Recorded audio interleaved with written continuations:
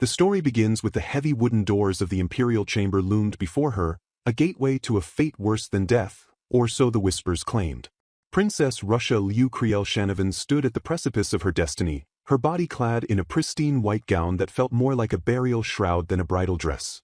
She trembled violently, her frame shaking with such intensity that she could barely maintain her composure, unable to lift her gaze to meet the eyes of the man who now owned her life. A voice, cold and devoid of warmth, sliced through the silence, questioning if her fear was so great she could not even look upon his face. Russia stammered a plea for forgiveness, her voice barely a whisper against the oppressive atmosphere of the room. Internally, she lamented the systematic dismantling of her existence. Everything she once held dear, her family, her home, her dignity, had been stripped away, and now, in this foreign land, she anticipated the theft of her very life. Before her sat the man known across the continent as the cold-hearted emperor, a title earned through blood and iron. He was a figure of terrifying beauty, possessing eyes as crimson as fresh blood and skin that seemed unnaturally smooth for a warrior of his reputation. His jet-black hair seemed to trap the surrounding darkness, framing a face that was simultaneously captivating and horrifying. Russia understood her role with brutal clarity. She was not a bride to be cherished, but a sacrifice offered up to appease a demon in human skin. Her mind drifted back to the tragedy that had severed the threads of her former life. The world she knew shattered when she was merely 7 years old. Her father, the king, fell victim to a violent coup orchestrated by his own brother, a betrayal that stained the palace floors red. The purge was thorough and merciless. Her mother, the queen, and her younger brother, the rightful heir, were executed alongside the king. Russia, spared the executioner's blade only to endure a slower torment, was thrown into a damp, sunless prison alongside her nanny. The usurpers deemed the nanny useful solely because of her gender, a cruel pragmatism that defined their reign. For years, Russia knew only the cold touch of a damp floor and the taste of moldy meals, her royal heritage reduced to squalor. The cruelty of her confinement was compounded by the psychological torture inflicted by her own kin. Her cousin Marguerite, a princess treated as a sacred being untouchable by the common filth, visited not to offer solace, but to sharpen her own vanity against Russia's suffering. Marguerite, seated comfortably in a lush chair while Russia knelt on the floor, decreed with a chilling smile that Russia would bear the punishment for every mistake Marguerite made. Russia became the whipping boy for the sacred princess, absorbing pain meant for another. Throughout this ordeal, Russia's nanny remained her singular pillar of strength, a beacon of warmth in the freezing dark. The older woman held the weeping princess, whispering promises that the goddess's blessing was with her and that salvation would surely come. But hope proved fragile in the face of tyranny. The guards came for the nanny, tearing her away despite Russia's desperate screams. Russia begged, offering to take any amount of punishment, her dignity forgotten in the face of loss, her only wish to keep the one person who loved her. The nanny's final words were a plea for the princess to live, a command that echoed in Russia's ears long after the cell door slammed shut. From that day forward, Russia ceased to truly live. She existed as a hollow shell, a corpse that breathed, stripped of everything she cared for and left to wonder why she remained alive at all. Years of desolation passed until a guard's shout shattered the monotony of her imprisonment. The king had summoned her. The guard, sneering with contempt, announced that the cold-hearted emperor had shown them mercy. The mercy, however, was a twisted transaction. The family could retain their royal status, but only by offering a bride to the terrifying conqueror. The guard mocked Russia, telling her to rejoice, for by being given up as tribute, she was finally of use to her family. In the royal chambers, her uncle, the usurper king, revealed the grotesque truth behind the arrangement. The marriage offer had originally been intended for his beloved daughter, Marguerite. However, the emperor's reputation was that of a monster. He was a brutally cold man who had slaughtered rival royals and executed dissenting vassals without hesitation before proclaiming himself emperor. Rumors swirled that he possessed extraordinary intellect and sword skills, conquering neighboring lands with the ferocity of a demon god from legend. Stories circulated of his bloodshot eyes on the battlefield and how he had once slain a fiancée on the spot simply for displeasing him. Because of this terrifying aura, no one dared offer their daughters to him, leaving him unmarried. Marguerite, fanning herself with arrogant disinterest, asked who would ever marry such a terrifying man. The king turned his gaze to Russia, the niece he had tormented for years. Since he had spared her life for this long, he reasoned she would be the one to go. The emperor desired a princess of Shanavan, and Russia, technically, fit the description. It was a disposal of unwanted trash disguised as a diplomatic alliance. The king sneered that he doubted Russia's wretched body would satisfy the emperor, callously advising her to try not to get killed. Russia accepted this final indignity with fatalistic resignation. In the end, she was nothing more than a tool to them. And so, she stood in the emperor's hall, presented as Princess Russia Liu Kriel-Shanovan, a disposable sacrifice even in death. The emperor approached her, his footsteps echoing on the polished floor. He scrutinized her, questioning the validity of the miracle power she was rumored to possess. He acknowledged her identity as the Princess of Shanovan but immediately dismissed the mystical rumors as nonsense he did not care for. His demands were stark and utilitarian. He warned her not to expect a proper marriage or love, explicitly stating he would not offer her his heart. However, as empress, she had one duty: to give him children. Russia, possessing no power to refuse and nowhere to return to, whispered her assent. Refusal meant death, and she had been commanded to live. The night that followed was devoid of romance. There was no wedding ceremony, just as her uncle had predicted.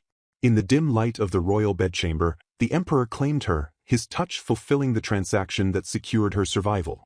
It was a joining of bodies without a joining of souls, a stark confirmation of her status as a vessel. The next morning, Russia awoke to a different reality. A maid named Simone greeted her respectfully, asking if she was awake. The emperor had already commanded that she be prepared for the day and relieved of all official duties. Russia sat before a mirror, her reflection showing a woman who was technically free from the dungeon but still imprisoned by circumstance. She realized she was still just a vessel for bearing children, yet the conditions were undeniably better than the damp, moldy cell she had known for over a decade. She had a soft bed, clean clothes, and edible food. Russia lived her days quietly, rarely leaving her room, her interactions limited mostly to Simone. The silence of her new life was broken only by the onset of physical illness. While dining, nausea overcame her, forcing her to cover her mouth. The emperor received the news with a stoic expression. It was confirmed, Russia was with child. The emperor offered a curt, "Well done," treating the pregnancy as the successful completion of a mission. Russia, however, was stunned, her hand drifting to her abdomen as the reality of a new life growing within her took hold. The emperor, in a rare moment of engagement, posed a question that startled her. He acknowledged the child was his but asked Russia for her preference regarding its upbringing. He offered her a choice: leave the child to a wet nurse, or raise the child herself. It was a simple question, yet for Russia, who had been stripped of all agency since childhood, the idea that she was allowed to choose was alien. Tears welled in her eyes as she made her decision. This child was her one and only family, a connection she had yearned for. She declared she would raise him herself. The emperor accepted her decision with a simple, "Very well." When the time came, the cries of a newborn filled the room. Prince Keith, the first prince of the Ormung Empire, was born. The emperor looked down at the infant, remarking on how small he was, and told Russia, "Good work." For Russia, holding the tiny, crying infant was a revelation. Caring for him was physically exhausting, yet the joy it brought outweighed every hardship. For the first time in her tragic life, looking into the eyes of her son, she dared to think that maybe, finally, she had found happiness. However, peace was a fragile illusion. One night, the sound of Keith crying pierced the silence of the nursery. Russia, sensing something wrong, called out, rushing toward the crib. A cloaked figure stood in the shadows, a menacing presence in the sanctuary of her child's room. Russia's protective instincts flared, but she was powerless against the intruder. She begged the figure to at least spare her child. The figure turned, footsteps echoing ominously. A familiar voice greeted her, "Long time no see, sister." The hood fell back to reveal the face of Marguerite, the cousin who had tormented her throughout her youth. Russia was paralyzed with shock.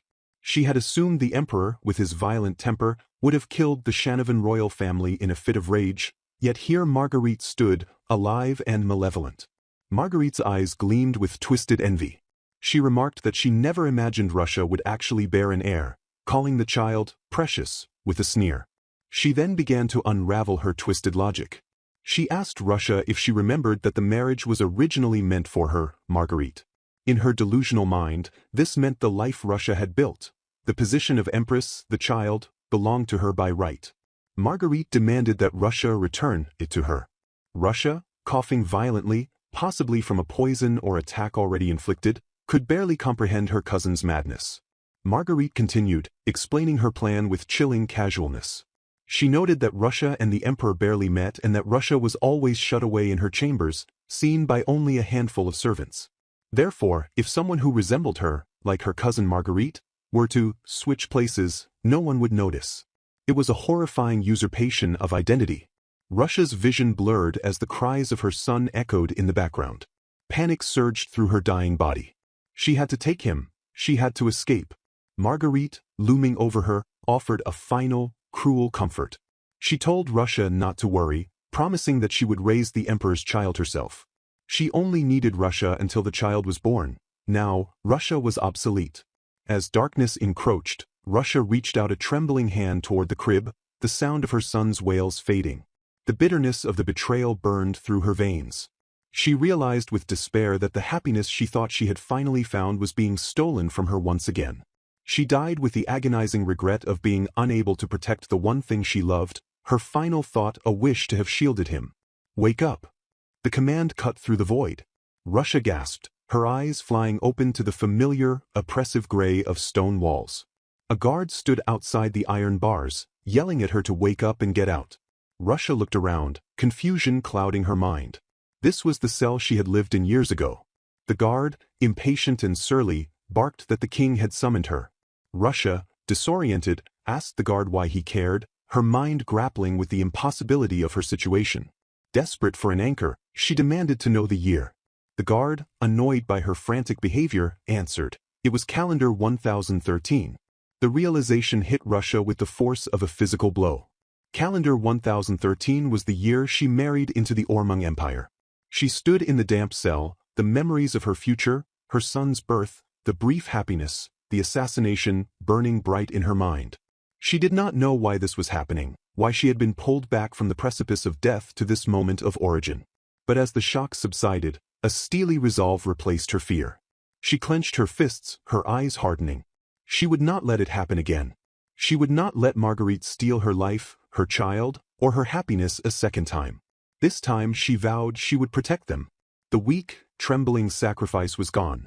In her place stood a mother armed with the foreknowledge of her enemies and a burning determination to rewrite fate. The timeline snapped back into place, forcing Russia to relive the precise moment her nightmare began. She stood once more in the grand, oppressive chamber of her homeland, the air thick with the scent of betrayal and resignation. The voices of her tormentors echoed with a sickening familiarity, repeating the command that had once sealed her doom. She was to marry into the Ormung Empire. Her uncle, the usurper king, sat upon his throne with the same grotesque satisfaction, announcing that the day had finally arrived for Russia to serve a purpose. He commanded her to rejoice, his words dripping with the same cruel irony that had marked her first life. Russia observed the scene with a detached, analytical sharpness that she lacked in her previous existence. She recognized the repetition immediately, confirming that the wheel of time had indeed turned back. Yet, as she scrutinized her surroundings, she detected a subtle shift in the atmosphere. The difference lay not in the setting or the players, but within herself. She questioned if her cousin had always carried herself with such overt arrogance, or if Russia's own perception had sharpened through the lens of trauma. Marguerite entered the visual field, a figure of pristine malice draped in an elegant, dark gown that contrasted sharply with Russia's simple attire. The cousin fanned herself with a lace-trimmed fan, her expression one of sneering triumph. She mocked Russia, framing the forced marriage as a stroke of fortune for her sister, while explicitly stating that Russia was merely a substitute for the beloved Marguerite. Marguerite's dialogue dripped with sadistic glee as she recounted the terrifying rumors surrounding the cold-hearted emperor. She spoke of a previous fiancé who had displeased him and was slain on the spot, using the horror story to taunt Russia about her survival chances. Marguerite asked, with a predatory smile, how long Russia thought she would last against such a cruel and merciless man. Russia listened, but her internal monologue rejected the narrative of mercy her family tried to spin. She understood now, with crystal clarity, that this was not an act of benevolence. Marguerite and the king had kept her alive not out of familial love, but to serve as a disposable pawn for this exact moment. The king reasserted his dominance, claiming that Russia existed solely by their mercy, and chided her for the insolence burning in her eyes, a spark of rebellion that had been absent the first time. But the woman standing before them was no longer the broken vessel of the past. Russia vowed silently that this time, she would not allow them to dictate her fate. She questioned the timing of their scheme, pondering why they had waited so long to dispose of her, searching for the tactical error in their cruelty. As the scene shifted, Russia's mind raced through the logistics of her previous murder. She analyzed the security of the Ormung Palace, trying to deduce how Marguerite had managed to infiltrate the heavily guarded royal chambers to kill her and her son. Even though Russia had lived in the outskirts of the palace, she was still within the royal grounds, implying that Marguerite must have had an inside accomplice to bypass the defenses. Her suspicions naturally drifted toward the staff. She recalled Simone, the head maid, who had been the closest person to her during her confinement. Simone's face appeared in her memory, stern and professional behind her glasses. While Russia had interacted with other maids, Simone had been her constant shadow. However, Russia quickly checked her paranoia. She remembered Simone's quiet support throughout her pregnancy, the way the maid had cared for her when she was vulnerable.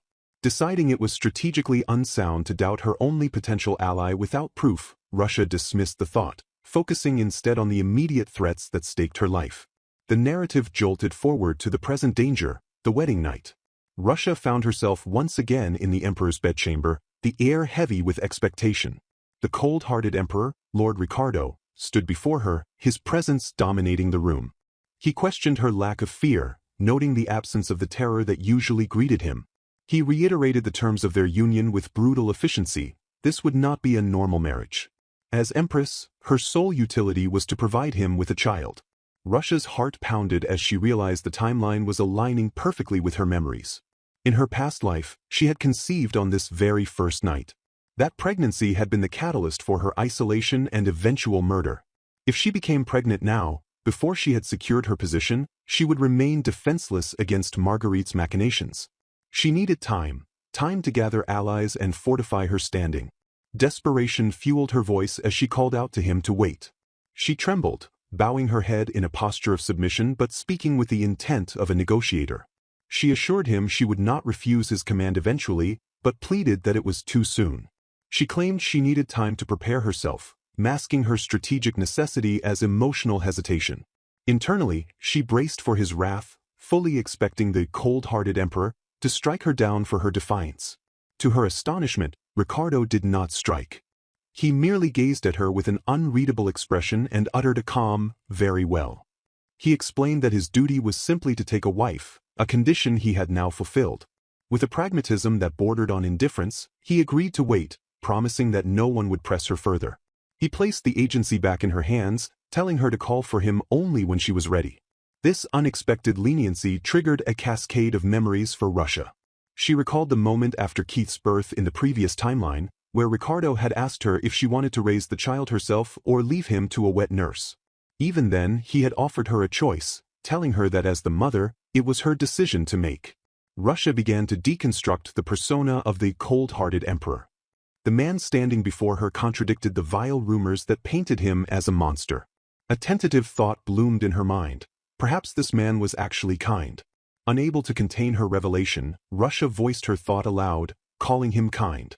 Ricardo reacted with genuine surprise, his stoic mask slipping for a fraction of a second. He scoffed lightly, admitting that it was the first time anyone had ever directed such a word at him. For Russia, the distinction was profound. Marguerite and her family had treated her as an object, a tool to be used and discarded. Ricardo, despite the political nature of their arrangement, treated her like a person. Russia's mind traveled back to the consummation in the previous timeline. Even then, amidst her fear and trembling, she recalled that he had been gentle with her. At the time, she had been too overwhelmed by terror to process it, but in retrospect, his actions spoke of restraint rather than cruelty. Emboldened by this realization, Russia decided to take a gamble. She needed to secure his protection against the specific threat of her cousin. She addressed him again, her voice shaking but determined. She started to speak, then hesitated, panic flaring as she wondered if she was pushing her luck too far. She feared provoking the wrath she had spent a lifetime avoiding. But Ricardo sensed her anxiety. He placed a hand on the bed near her, his voice dropping to a soothing register as he told her it was all right. He instructed her to calm herself and speak her mind. Russia took a breath, the permission settling her racing heart. She fabricated a half-truth to cover her foreknowledge. She told him that she feared her cousin, who was still in her homeland, was plotting against her life. She framed it as a current fear rather than a memory of a murder already committed, knowing he would never believe the truth of her time travel. Ricardo's response was immediate and absolute. He declared that protecting her was the duty of the nation, affirming her status as his empress. Russia thanked him profusely, relief washing over her. He continued, his tone hardening with the promise of violence toward her enemies. He vowed that anyone bold enough to target his wife would face proper punishment. Russia processed his words, understanding that the powerful sword of the emperor was now shielding her. The atmosphere in the room shifted from conversation to action. Russia watched in confusion as Ricardo moved toward the bedside table. He picked up a small knife, the metal glinting in the candlelight. Russia's eyes widened, her mind briefly flashing with fear. What was the knife for? Ricardo sat on the edge of the bed and, without hesitation, sliced his own thumb. He pressed the bleeding digit against the pristine white sheets, leaving a stark crimson stain. Russia gasped, realizing the implication immediately. He was faking the evidence of her virginity's loss, a necessary deception to prove the consummation of the marriage to the court. He explained his actions with a weary sigh, wiping the blood from his hand. He admitted that if he didn't provide this proof, the ministers would complain endlessly. He confessed that he would never have taken a wife at all if not for their insistence. Russia observed this new side of him, a ruler who grumbled about bureaucratic annoyances just like a normal man. It humanized him further in her eyes. He dismissed the matter casually, telling her to get some sleep if she had nothing else to say. The candles were extinguished, leaving the room bathed in the soft glow of moonlight filtering through the high arched windows. They lay side by side in the massive bed, separated by a respectful distance under the heavy duvet. Russia lay awake, staring at the ceiling, her mind churning with the night's revelations. She looked at the back of the man sleeping beside her, realizing how wrong she had been. She admitted to herself that she knew nothing about Lord Ricardo. She had accepted the caricature of the cold-hearted emperor, without question. Now, lying in the safety he provided, she wondered who the real Ricardo was. Was he truly the merciless man the world feared, or was there a depth deep inside him that no one else had bothered to see? Russia closed her eyes, her resolve strengthening not just to survive, but to understand the stranger who was now her husband. The hazy, golden-hued corridors of a memory, a fragment of the past that clings to the sleeper's mind with the persistence of a fever dream. Here, the world appears soft, filtered through a lens of nostalgia that quickly sours into mockery. A young woman stands before a mirror, her reflection obscured by the brilliance of a white gown, the fabric cascading around her form in waves of silk and lace. Voices float through the ether, disembodied yet piercing. A father's voice, warm and approving, speaks of marriage, while another voice, dripping with sycophantic praise, lauds the beauty of the dress, promising that every prince in the land would bow before such radiance. The scene shifts, the warmth evaporating as a darker, sharper presence intrudes upon the reverie. A second figure appears in the reflection, standing just behind the first.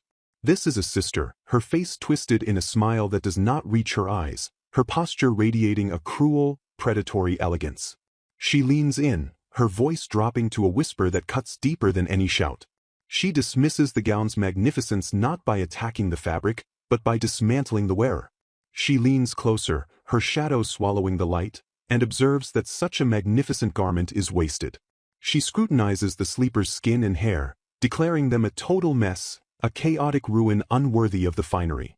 With a laugh that echoes like shattering glass, she delivers the final verdict. Such a lovely dress would not suit her sister at all, for the wearer lacks the inherent worth to carry it. The dream shatters. Marguerite jolts from the depths of sleep, her body seizing as reality comes rushing back in a flood of cold morning light. She lies amidst a sea of plush, white bedding, the sheets tangled around her limbs like the remnants of the nightmare she just escaped. Her chest heaves, breath catching in her throat as her eyes dart around the unfamiliar opulence of the room. The luxurious canopy overhead offers no comfort, only a stark reminder of her displacement. She presses a hand to her chest, feeling the frantic rhythm of her heart against her ribs. Even now, in the safety of this new life, the ghosts of her past, the ridicule, and the systematic erosion of her self-worth pursue her, turning her rest into a battlefield. A sharp, authoritative knocking at the door pierces the silence, causing Marguerite to flinch. She barely has time to compose herself before the heavy double doors swing open. A maid enters, her uniform pristine, her posture rigid with military-grade discipline. This is Simone, a woman whose stern expression is framed by rectangular spectacles that seem to magnify her critical gaze. She carries a pile of fresh linens, her movements efficient and precise. She greets Marguerite, her tone polite but laced with an underlying steeliness. She inquires about the Emperor, referred to casually as Lord Ricardo, asking if he has already departed for the day. Marguerite, still disoriented and shrinking into the pillows, nods meekly. She confirms that he has left. Simone halts her work, her eyes narrowing slightly behind her lenses. She corrects Marguerite immediately, her voice taking on a didactic cadence. She instructs the new empress that even she, his wife, must address the ruler of the empire with the proper title of His Majesty. There is no room for informality here. The emperor is the son of the empire, its absolute pinnacle, and language must reflect that hierarchy. Marguerite recoils, her hands gripping the duvet tighter. She stammers an apology, her voice trembling as she promises to be more careful, the fear of transgression written plainly across her pale features. Simone sets the linens down and turns her full attention to the woman in the bed. She notes that she has been assigned as Marguerite's personal maid, a role that requires intimacy and trust. Recognizing the distance between them, Marguerite attempts to bridge the gap. She sits up, the silk nightgown slipping over her thin shoulders, and suggests that since they will be spending their days together, she would like to know the woman behind the uniform. She asks for a name, a family history, anything to humanize the stern figure standing before her. Simone obliges, though her posture never relaxes. She introduces herself formally as Simone Sarah Rue Royden. The name carries weight, a cadence of nobility that seems at odds with her apron. She reveals herself to be the eldest daughter of Count Royden, 25 years of age, with a decade of service as a housemaid already behind her. She lists her siblings, Achim, Bruno, Eckhart and Gabriella, with the rote efficiency of a ledger keeper. Marguerite listens, her brow furrowing in confusion. The information clashes with her limited understanding of the world. She tilts her head, her voice quiet and hesitant, and asks if a count's family is not considered a noble house. In her experience, nobility and servitude are oil and water, they do not mix. For the first time, Simone's mask of professional detachment cracks. Her eyes widen, and a heavy silence descends upon the room. The question hangs in the air, innocent yet devastatingly ignorant. Simone stares at the Empress, processing the profound lack of common knowledge displayed by a woman of royal station. She stammers a denial, not of her lineage, but of the implication, before falling silent, utterly baffled. She asks if there is anything else Marguerite wishes to know, but the conversation has already run aground. The scene shifts slightly as Simone processes the interaction. She cannot suppress her disbelief. She looks down at Marguerite, who sits hunched on the edge of the bed, looking small and defeated. Simone's internal monologue externalizes into a sharp rebuke. She questions how a princess of Shanavan could possibly be unaware of the noble ranks and the structure of society. It hints at an education so neglected, so barren, that it borders on negligence. She voices this shock aloud, asking what kind of education the princess received. Marguerite flinches, shrinking further into herself, and offers a quiet, hollow apology. Simone, realizing she may have overstepped, yet unable to hide her disdain for such lack of refinement, sighs. She declares that Marguerite is in dire need of education. She speculates that perhaps Marguerite arrived at the palace expecting a life of idle luxury as an empress, unaware of the duties and knowledge required of the station. Marguerite does not argue, she merely accepts the judgment. Simone announces that from this moment on, a private tutor will be assigned to correct these deficiencies. She apologizes for her rudeness, but emphasizes that the Empress's lack of refinement is truly shocking. Marguerite's reaction is not one of offense, but of stunned disbelief. Her eyes widen, the dullness momentarily replaced by a flicker of light. She clutches the fabric of her nightgown, her knuckles turning white. She asks for clarification, her voice rising with a desperate hope. She asks if this means she will be allowed to study. The concept seems alien to her, a forbidden fruit suddenly placed within reach. Flashbacks assault her mind, memories of a cold, prison-like existence where books were snatched from her hands, where knowledge was a contraband she was denied. She whispers that in her previous home, they took everything away, forbidding her from learning a single thing. Overwhelmed by the sudden prospect of freedom and knowledge, Marguerite's composure crumbles. Her hand spasms, knocking a teacup from the bedside table. It chatters against the saucer, the sharp sound acting like a gunshot in the quiet room. Terror instantly floods Marguerite's face. She scrambles to right the cup, apologizing profusely to the maid. She disparages herself, calling her actions unsightly for an empress, berating her own clumsiness. She trembles, confessing that in moments of stress, she simply does not know how to act, does not know the correct choreography of existence that everyone else seems to have mastered. Simone watches this display, the frantic apologies, the genuine fear over a minor spill, and her expression softens into something unreadable. She tells Marguerite to wait, announcing that she will go to request permission for the tutor from His Majesty. The narrative transitions to the Emperor's study, a room dominated by dark wood and the heavy atmosphere of governance. Sunlight filters through tall windows, illuminating dust motes dancing in the air, but doing little to warm the space. Ricardo, the Emperor, sits behind a massive desk cluttered with stacks of parchment and leather-bound books. He is a striking figure, with dark hair and sharp, predatory features, radiating an aura of absolute command. He does not look up immediately when the door opens. Simone enters, bowing deeply. Ricardo leans back in his chair, crossing his arms, and demands a report on the new empress. Simone stands at attention, her report clinical and scathing. She describes Marguerite's physical state with brutal honesty. Her hair is lackluster and brittle, her complexion poor and pale. She notes that the empress's body is alarmingly thin, bordering on emaciated. Furthermore, her manners are non-existent, falling far below the standard expected of even a minor noble, let alone the wife of the emperor. Simone relays the most shocking detail: Marguerite's complete ignorance of the fact that a count's house is a noble lineage. She repeats Marguerite's confused question verbatim to the emperor, highlighting the absurdity of the situation. Ricardo listens, his expression darkening. He rests his chin on his hand, his eyes narrowing as he processes the information. The incompetence described is too vast, too absolute to be mere negligence. He voices a dangerous suspicion, implies that she might be a false princess. He wonders if the woman in the other room is an impostor, sent to deceive him. He questions whether a true princess of Shanavan could truly be this ignorant, this pathetic. The conversation turns to the political context of Shanavan. Ricardo recalls the rumors surrounding the Old Kingdom in the far east of the continent. Legends spoke of the royal bloodline bearing strange, esoteric powers. However, his own intelligence network had investigated and found nothing but an ordinary, perhaps even mundane, kingdom. Yet, the discrepancy between the rumors and the reality of the trembling, ignorant girl in his palace gnaws at him. He recalls a muttered phrase from Marguerite, something she whispered in a moment of vulnerability: "There may be someone trying to kill me." This paranoia, combined with her frailty, suggests a deeper game. Ricardo commands his subordinate, Heinrich, to take immediate action. He orders spies to be sent to Shanavan at once. They are to investigate the Empress's background thoroughly. Ricardo's eyes flash with a cold, ruthless promise.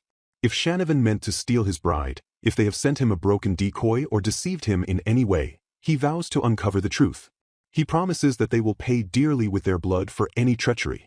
His demeanor is that of a predator whose territory has been breached. He will not tolerate insult or deception. Meanwhile, back in the Empress's chambers, the atmosphere is fraught with a different kind of tension. Marguerite stands before a tall mirror, the heavy silence of the room amplifying her anxiety. Simone and other attendants hover, preparing to dress her. Suddenly, the door bursts open without a knock. Ricardo strides into the room, his presence filling the space with an suffocating intensity. Simone attempts to intercept him, stammering that Her Majesty is currently changing her clothes, but Ricardo dismisses the concern with a curt wave of his hand. He asserts that it does not matter. Marguerite freezes. She is partially undressed, clutching a thin garment to her chest, her bare shoulders and arms exposed to the cool air and the Emperor's burning gaze. She steps back, her instinct to flee warring with the paralysis of fear. She thinks back to lessons from her childhood, vague memories of how to curtsy, but her body refuses to cooperate. Ricardo closes the distance between them in 3 long strides. He reaches out, his hand gripping her arm with a force that is firm but not crushing.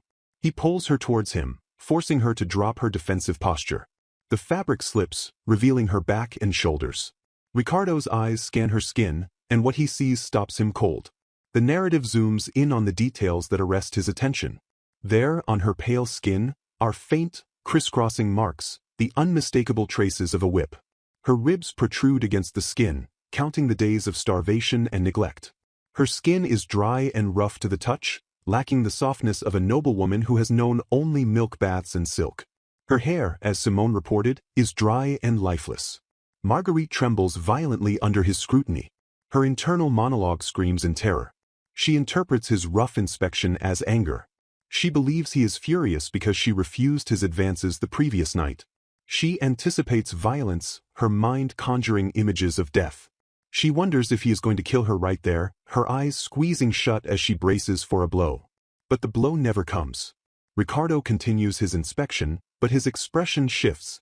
The anger and suspicion drain away, replaced by a complex mixture of shock and realization. He observes her reaction, or rather, the lack of the expected reaction.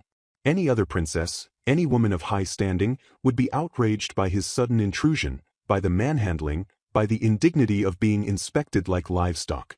They would scream, slap him, or demand he leave.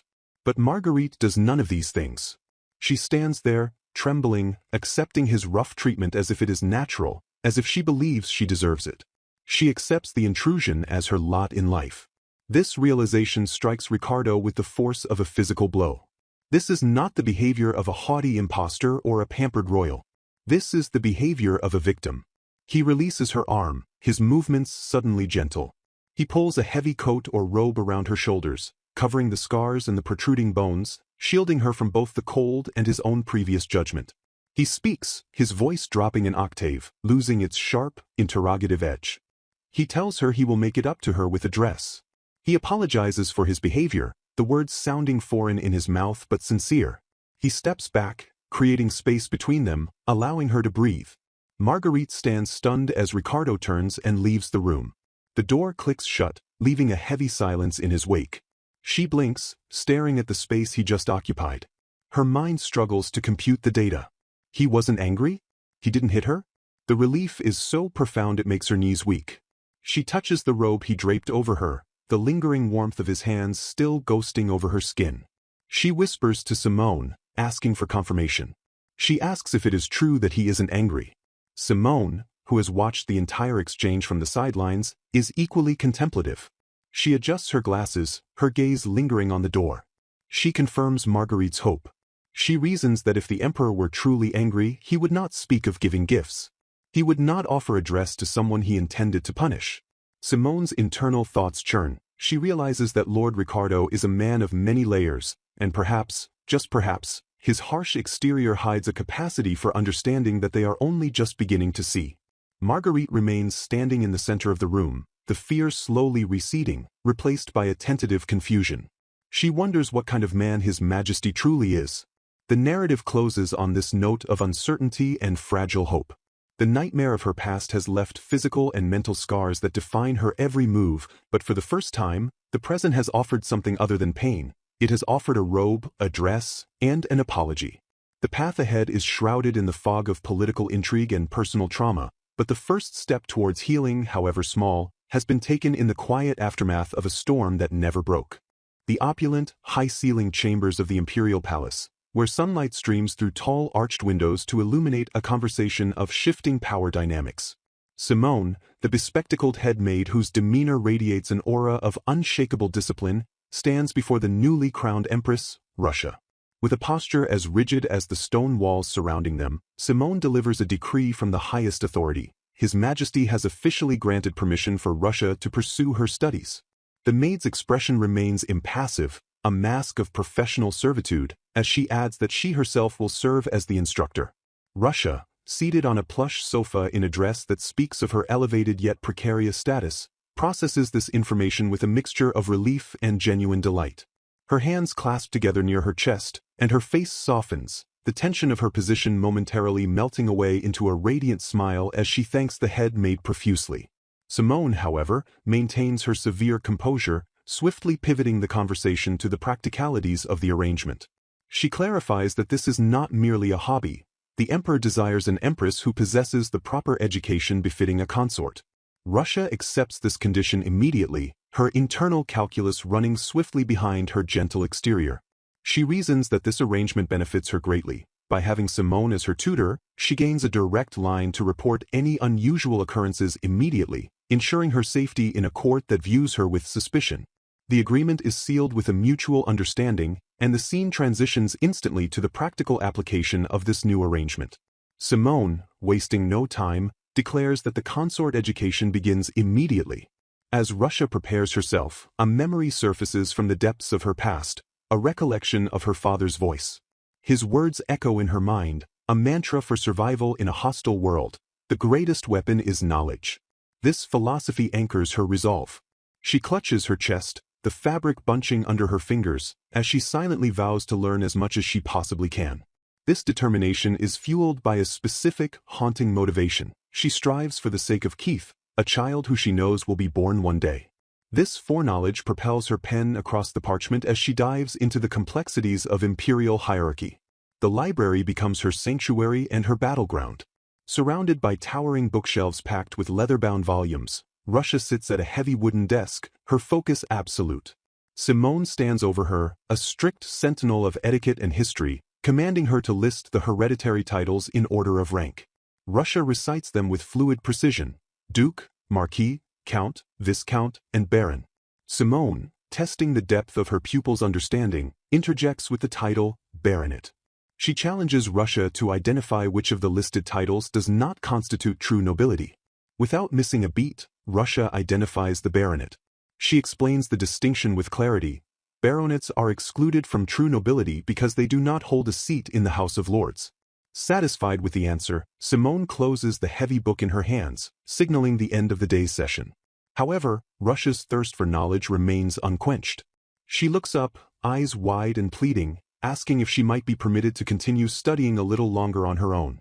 Simone, perhaps detecting the sincerity in the request, acquiesces, though she adds a strict caveat that Russia must not harm her health in the process. Russia beams, her gratitude spilling over once more as she dives back into the texts. The narrative lens shifts away from the quiet intensity of the library to the cold, strategic atmosphere of the Emperor's office.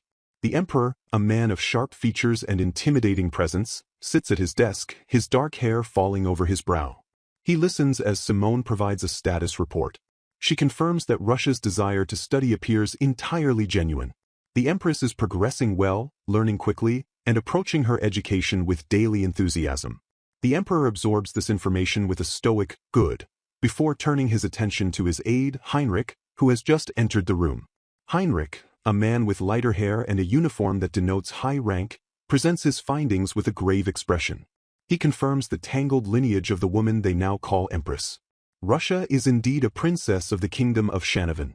However, a crucial distinction exists. She is the daughter of the former king, the one who was brutally deposed and killed in the coup. Heinrich unravels the deception that brought her here. It appears the current ruler, King Shanovan, sought to protect his own daughter, Princess Marguerite, the one rumored to possess the miracle power, by offering up Russia instead. A visual flashback pierces the narrative, depicting the grotesque visage of King Shanovan. Sweat beads on the obese monarch's face as he cowers before the conquering imperial forces. He shoves Russia forward, a small, trembling figure in this memory, shouting for them to take the princess, while begging for his own life. He offered Russia as a sacrificial lamb to spare himself and his treasured Marguerite. Back in the present, the Emperor rests his chin on his hand, processing the layers of betrayal. He realizes that the claim of her being an impostor was not entirely a lie, yet she remains of royal blood. Heinrich deepens the tragedy of her history, revealing that Russia was not merely a political pawn but a victim of systematic abuse. She was treated horribly in her homeland, locked away in prison, and only brought out to endure punishments meant for Marguerite. Heinrich's voice carries a note of horror as he clarifies that she was punished in her cousin's stead. The Emperor's expression darkens as he connects these revelations to his own observations. The extreme thinness of her frame and, more disturbingly, the scars he witnessed on her back now have a sickening explanation. It clarifies the cruelty of the Shanovan court, a custom of vileness that disgusts even the hardened imperial aide. The Emperor then articulates the cold political calculus that led to this marriage. Following the unification of the empire, the need for a consort was purely a matter of stabilizing the realm and silencing his retainers. There was no romance involved. It was a strategic maneuver to stop the incessant pestering from his court. His primary concern had been security. He recalls a previous attempt on his life where a prospective bride turned out to be an assassin sent by an enemy faction, screaming death to the emperor before being neutralized. Since he never revealed the truth of that incident, simply ordering the execution of everyone involved, his retainers had lived in fear, none daring to offer their own daughters. Accepting a bride from Shanavan was a calculated risk. The emperor reasoned that the kingdom of Shanavan, terrified of the empire's military might, would lack the courage to send an assassin. They knew that such an act would invite instant annihilation. Thus, marrying a Shanavan princess was the path of least resistance to secure an empress. Heinrich, however, remains anxious. He questions if they can be certain she isn't an assassin, or if the current King Shanavan might order her to turn on the emperor despite the risk. The emperor dismisses these fears with a wave of his hand. He relies on his intuition, recalling the desperate, raw look on Russia's face when she begged for his help. It did not seem like an act. Shifting gears abruptly, the emperor drops a bombshell that shatters the serious atmosphere. He intends to gift the empress a dress. The reaction in the room is instantaneous and incredulous. Simone and Heinrich stare at their liege as if he has grown a second head. Heinrich, completely losing his composure, stammers and asks if spears are going to rain from the sky tomorrow. He cannot fathom the emperor, a man of war and politics, engaging in such a gesture. The emperor, annoyed by their shock, commands them to stop. He clarifies his intent. It is not a romantic gesture, but an apology. He admits he was rough with her previously and wishes to make amends. Heinrich, confused, presses for an explanation. The emperor, with blunt honesty, reveals that he stripped the empress. Heinrich's reaction is explosive. He recoils, his face flushing with scandalized horror, screaming "Hey!" and accusing the emperor of going too far, regardless of his need to check for hidden weapons or scars. The emperor, looking slightly uncomfortable, acknowledges his error. What's done is done, he asserts, but maintains that the dress is the necessary reparation. The conversation turns to the logistics of this apology. The emperor admits he knows absolutely nothing about women's clothing. He turns to Simone, the only woman present, for guidance. Simone, however, offers no salvation. With a flat expression, she states she doesn't know either, as following the latest fashion trends is pointless for a head maid. Heinrich interjects, suggesting that flowers should accompany the dress to soften the blow. The emperor agrees, but the central problem remains. No one knows what the empress actually likes. Heinrich, regaining his composure, points out the obvious solution. If the gift is meant to be a sincere apology, the most important factor is knowing the recipient's personal preference. He advises the emperor to simply ask her. The emperor prepares to do just that, but Heinrich stops him, warning that a blunt, "What kind of dress do you like?" defeats the purpose of a surprise apology. The emperor looks defeated, wondering what he is supposed to do. Heinrich assumes the role of a romance coach, advising subtlety. He instructs the emperor to slip questions about her tastes into casual conversation. When the emperor stares blankly, Heinrich identifies the root of the problem. The royal couple hardly ever speaks. He admonishes the emperor, reminding him that they are husband and wife and should at least share meals together. The emperor tries to deflect, claiming he is too busy to sit idly at meals, but Heinrich is relentless. The emperor's thoughts drift back to the political implications of his marriage. He considers the miracle power that the Shanavan bloodline is rumored to possess. He has scrutinized Russia and found absolutely nothing, no trace of magic or divine ability. Consequently, he has dismissed the superstition to focus his strength on securing stability and good governance for his empire. He notes, with a hint of frustration, that no books on Shanavan seem to exist in his library to verify these legends. Meanwhile, back in the library, Russia stands alone, a solitary figure amidst the vast collection of knowledge. A pang of loneliness strikes her as she whispers a wish for her nanny to be there, thinking the old woman might have known something about her situation. She comforts herself with a memory of her nanny's words, "The goddess's blessing is always with you." Her solitude is interrupted by Simone, who enters with a message that shatters Russia's calm. The head maid announces that His Majesty requests to dine with her today. Russia's eyes widen in sheer terror. The blood drains from her face. This deviation from her expectations shakes her to her core. In her knowledge of the timeline, specifically noting that he never once did so before, not even after the birth of Keith, this is an anomaly. The sudden change in the emperor's behavior triggers a fear response, but she knows she is powerless to refuse. If she declines, she risks displeasing the man who holds her life in his hands. With a trembling resolve, she looks at Simone and utters a resigned, "Understood," accepting that she has no choice but to go. A heavy atmosphere descending upon a grand dining hall as the dark-haired emperor requests permission to join the table. Russia, the empress, freezes under his intense gaze, her heart hammering against her ribs as she perceives his silent observation.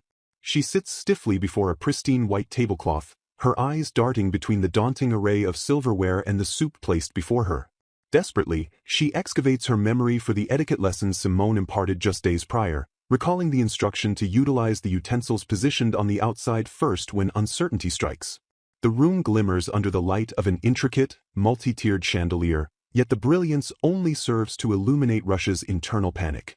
She grips her spoon, agonizing over the silence and debating whether she should attempt conversation, terrified that a single slip-up will expose her lack of experience in such a proper dining setting. The awkwardness thickens, hanging in the air like a physical weight as the emperor quietly consumes his meal opposite her. Attempting to bridge the chasm of silence, Russia ventures a question, stammering as she asks if there is anything he likes. The emperor pauses, his expression unreadable, before misunderstanding the scope of her inquiry completely. He states matter-of-factly that all the food served there is delicious and that, essentially, he likes everything. Russia realizes with a jolt of dismay that he interpreted her question solely within the context of the menu. He acknowledges his answer with a curt, "I see," and the conversation stalls. Trying to salvage the interaction, the emperor redirects the question to her, inquiring what the empress herself likes. Caught off guard and perhaps too anxious to formulate a personal answer, she averts her gaze and murmurs that she likes nothing in particular. The emperor accepts this with a simple acknowledgement, and the attempt at connection withers into a suffocating silence, leaving Russia to stare at her plate in defeat. The scene shifts to a sunlit office where the emperor recounts the disastrous meal to his blonde-haired aide. The aide slaps his forehead in a gesture of exaggerated exasperation, lamenting the emperor's hopelessness in social matters. The emperor crosses his arms, defending his lack of social grace by citing a life spent on battlefields since childhood, implying that courtly romance was never part of his training. When the aide suggests attempting another meal, the emperor swiftly shoots down the idea, predicting that a second attempt would only mirror the failure of the first. Seeking a pragmatic solution, the aide proposes a change of venue, suggesting a visit to a tailor, though he questions if the emperor himself needs to attend.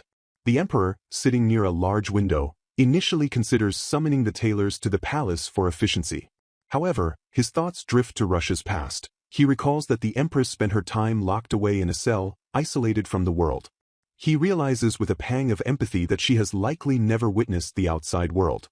The aide watches him, perceiving the shift in his master's demeanor and understanding the underlying intent.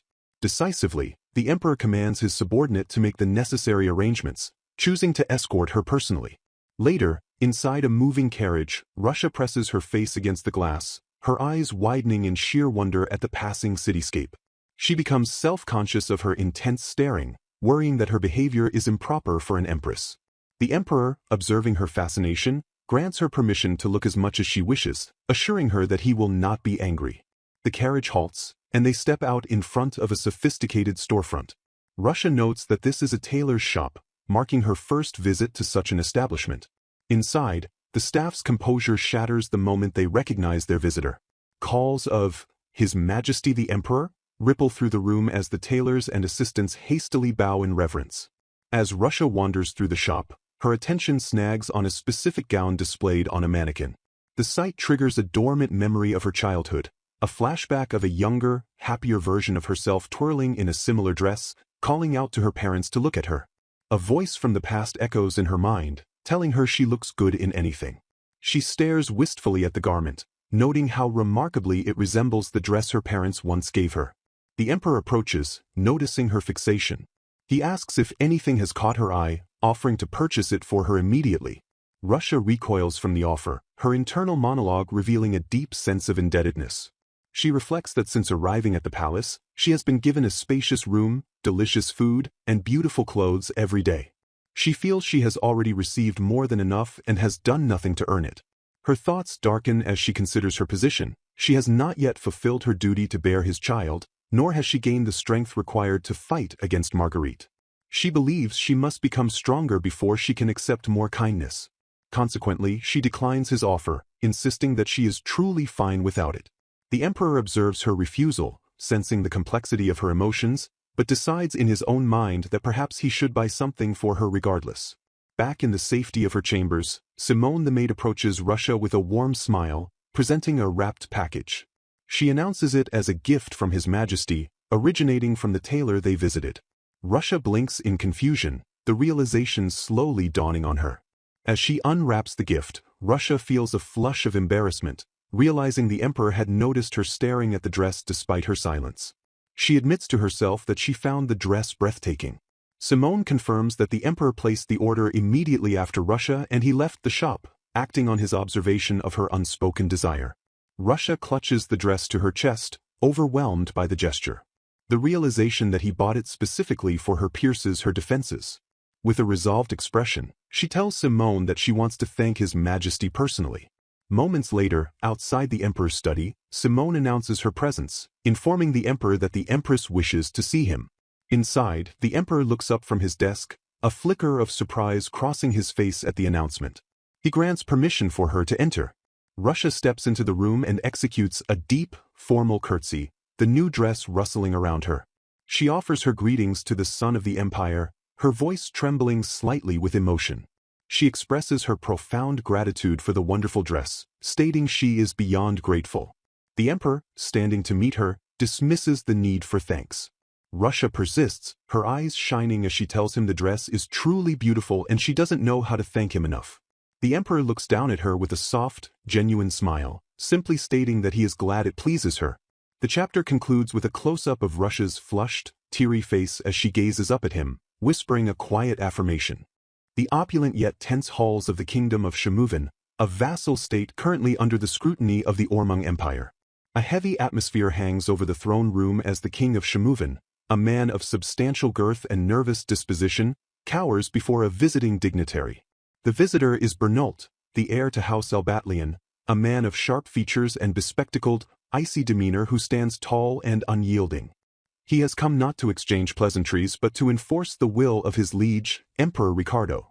The king, sweating profusely, attempts to justify his desires, but Bernault cuts through the excuses with clinical precision, reminding the monarch that this is a time for reconstruction, not indulgence. Bernault admonishes the king for his misplaced priorities, emphasizing that a nation torn by war requires focus on rebuilding rather than the acquisition of new horses. He explicitly references the treaty signed by the king, which subjugated Shamuvan as a vassal state and enacted the royal luxury prohibition.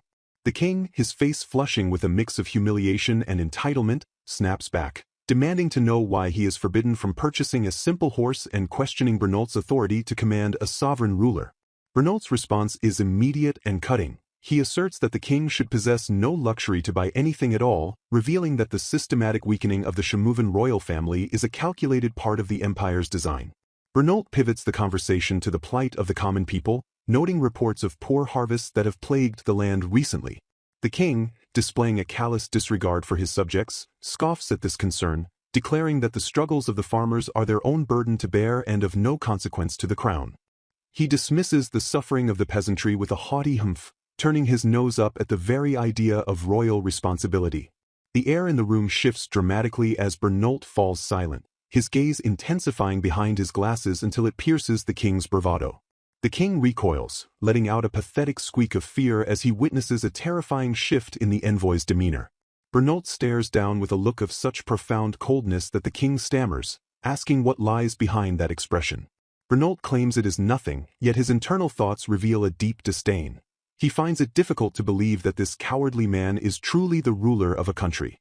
The king, trying to regain a shred of dignity, blusters that gods such as royalty should have no dealings with the mundane struggles of the lower classes. Unmoved by the king's philosophical justifications for neglect, Bernault produces a document, declaring that he bears direct orders from the emperor. The command is unequivocal. The king is to relieve the suffering of his people by immediately suspending taxes and opening the royal treasury to the public. The king's face contorts in shock and agony at the thought of losing his hoarded wealth. Bernault's aide, standing silently in the background, notes that had it been Emperor Ricardo standing there, the king would have been physically crushed for his insolence by now. The king attempts to resist, questioning what right the empire has to dictate his life, but Bernault counters by asking what value the king's life holds if he refuses.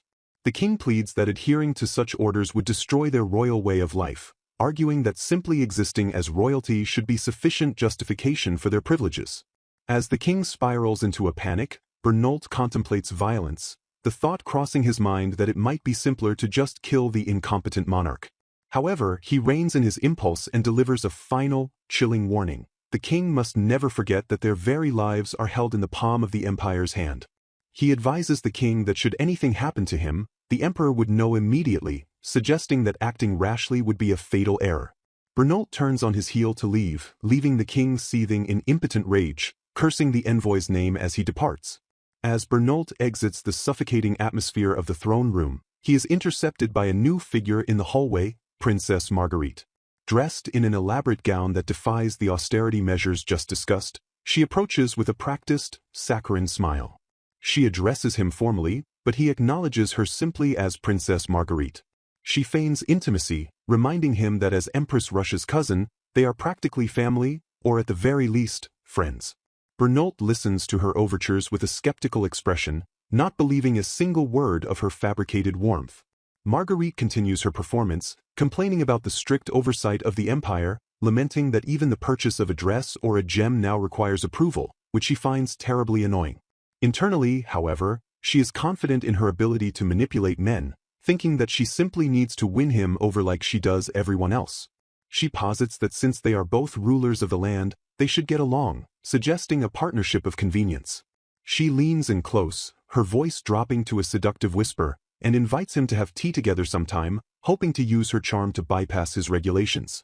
Bernault observes her closely, his eyes tracking the expensive necklace adorning her neck, a detail that does not escape Marguerite's notice. She interprets his gaze as interest, thinking he is hooked by her beauty. She offers to tell him stories about the empire and about herself, playing the role of the innocent maiden. Bernault agrees, stating he would indeed be glad to hear from her. However, his tone shifts abruptly as he leans in, not with romance, but with an accusation.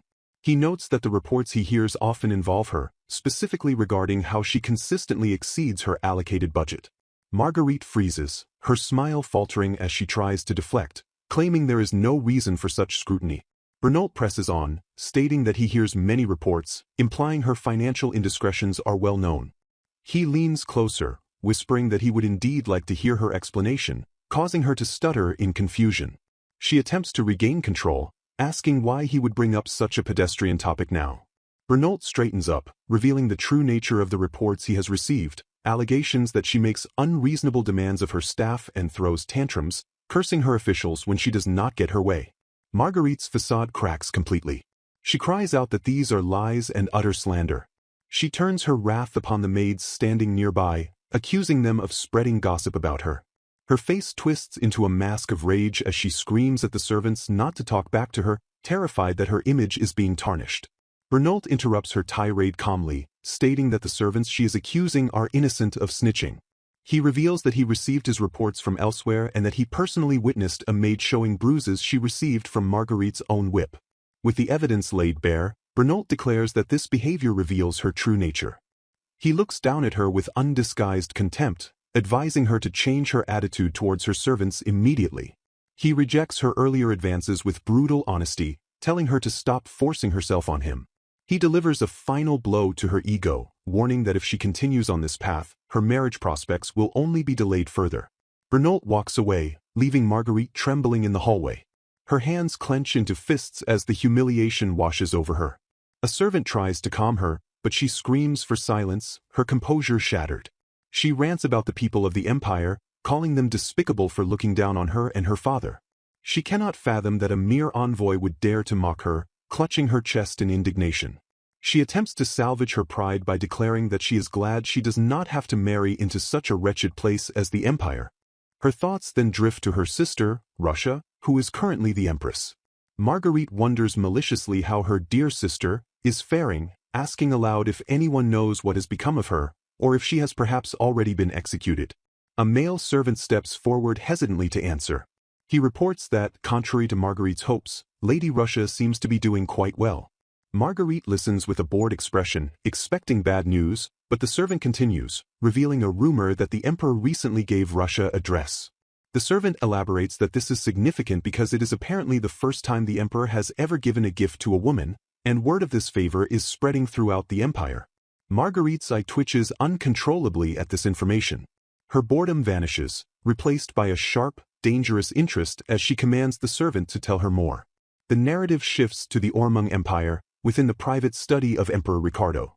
Simone, currently inhabiting the role of Empress Russia, stands before the emperor with a determined expression. She formally requests permission to ask one thing of His Majesty. Internally, Simone reflects on her past life, recalling that when she was killed by Marguerite, she had no allies in the royal palace. She theorizes that her isolation was the reason she was taken advantage of, and she is determined not to repeat that mistake. She steels herself and declares that she wants to fulfill her duties as empress. Ricardo looks up from his desk, his expression unreadable. He processes her request and then, with a straight face, asks if that means she is ready to bear children. Simone is struck dumb, her face exploding into a blush as she stammers, asking how the conversation took such a drastic turn. She waves her hands frantically, denying that was her intention and clarifying that she meant something else entirely. Ricardo looks slightly disappointed, or perhaps just thoughtful, noting that he had always said, "At least give me children," so the assumption wasn't entirely unfounded. Simone quickly corrects the misunderstanding, explaining that she meant engaging with the nobles and participating in ceremonies, the public-facing duties of an empress. Ricardo leans back, reminding her that he had told her before that she does not need to attend to public duties. Simone persists, arguing that she believes the current arrangement is wrong. She asserts that having married into the Ormung Empire, she wishes to act in a way that is not shameful for an empress, showing a desire to be an active partner rather than a figurehead. Ricardo watches her, a rare, faint smile touching his lips, which surprises Simone. He agrees, granting her permission to attend official duties starting now. He consults his schedule, noting that there is a medal ceremony the following month. He asks his aide what follows that event, and is informed that there is a ball. Ricardo commands that the empress shall attend the ball as well, telling her to prove herself there. Simone beams, thanking him profusely for the opportunity. As she prepares to leave, Ricardo adds one more stipulation. He tells her not to forget about the children either, causing Simone to freeze in her tracks. She turns back, flustered, promising that, someday, that too will happen before fleeing the room. Left alone with his aide, Ricardo lets out a small laugh.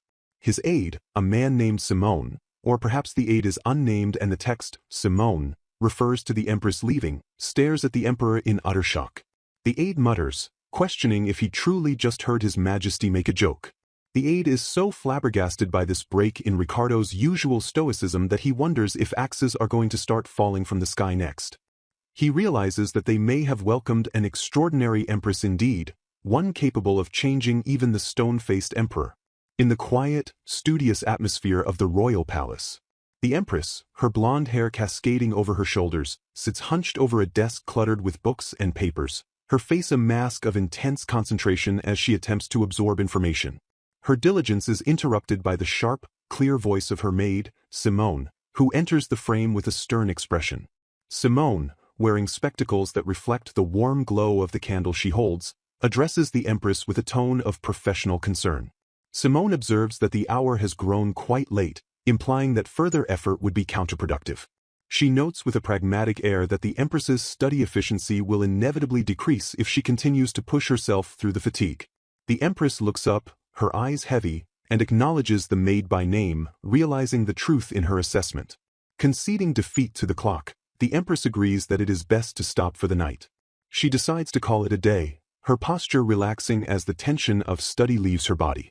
Simone affirms this decision, validating that the empress is right to rest. The scene shifts to the corridors of the palace, which are swallowed by darkness, illuminated only by the small, flickering sphere of light from Simone's candle. Simone takes the lead, dutifully offering to escort the empress back to her chambers through the gloom. The empress follows a step behind, her gait unsteady and weaving.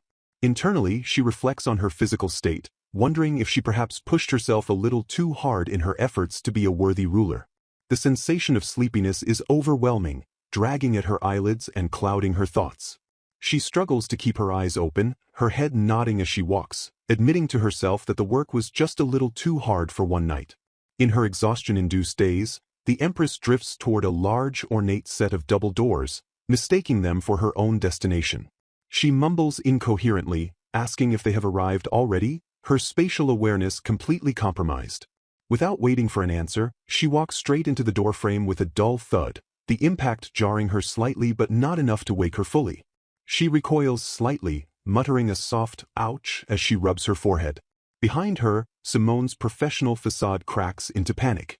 The maid calls out urgently, informing the Empress that the room she is entering is definitely not her own, but the warning comes too late. The Empress stumbles into the room, which is occupied by Emperor Ricardo.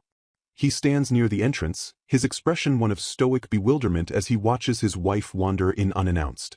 In the background, Simone stands in the doorway holding the candle, her hand raised to her mouth in a gesture of shock, though she makes no move to physically stop the intrusion. The Empress, blind to the presence of her husband, navigates by instinct toward the bed. She collapses onto the mattress with a heavy rustle of fabric, her energy reserves completely depleted. Within seconds, she is fast asleep, letting out soft, rhythmic breaths. Ricardo remains standing, his hand brought to his forehead in a gesture of fatigue and confusion.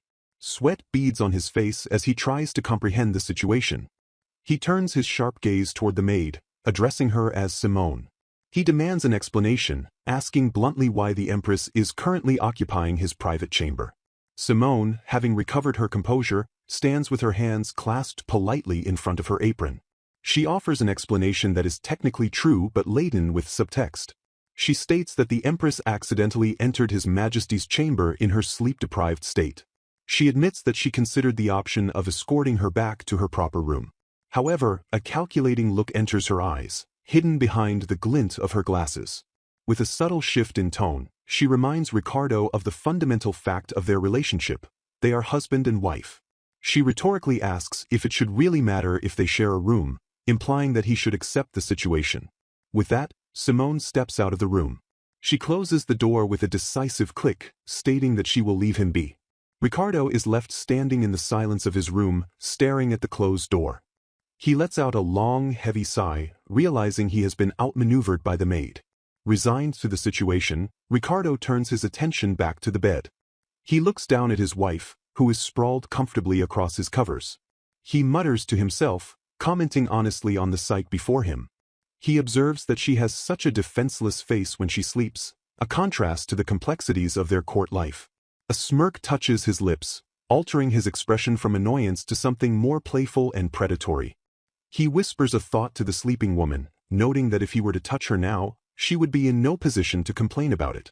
The narrative jumps forward to the bright light of the next morning. The Empress wakes with a jolt, sitting up in the unfamiliar bed. Her eyes are wide with shock and confusion as she clutches the blanket tightly to her chest. A heavy blush consumes her face as she frantically looks around, asking herself why she is in His Majesty's chamber. Beside her, Ricardo lies asleep, his back turned to her, sharing the bed in a display of domestic intimacy that leaves the Empress completely flustered. The confines of the palace, where a bespectacled woman named Edda stands with perfect posture, accepting her new appointment with a deep, respectful bow. She announces her commencement of service to Her Majesty, declaring it a pleasure to serve the Empress. The atmosphere is stiff with etiquette as Edda is presented as a new lady-in-waiting, specifically added to the staff to assist with the rigorous preparations required for the Empress's upcoming duties. While the formalities proceed, the Empress observes the new arrival closely, a flicker of recognition sparking in her mind as she studies Edda's face.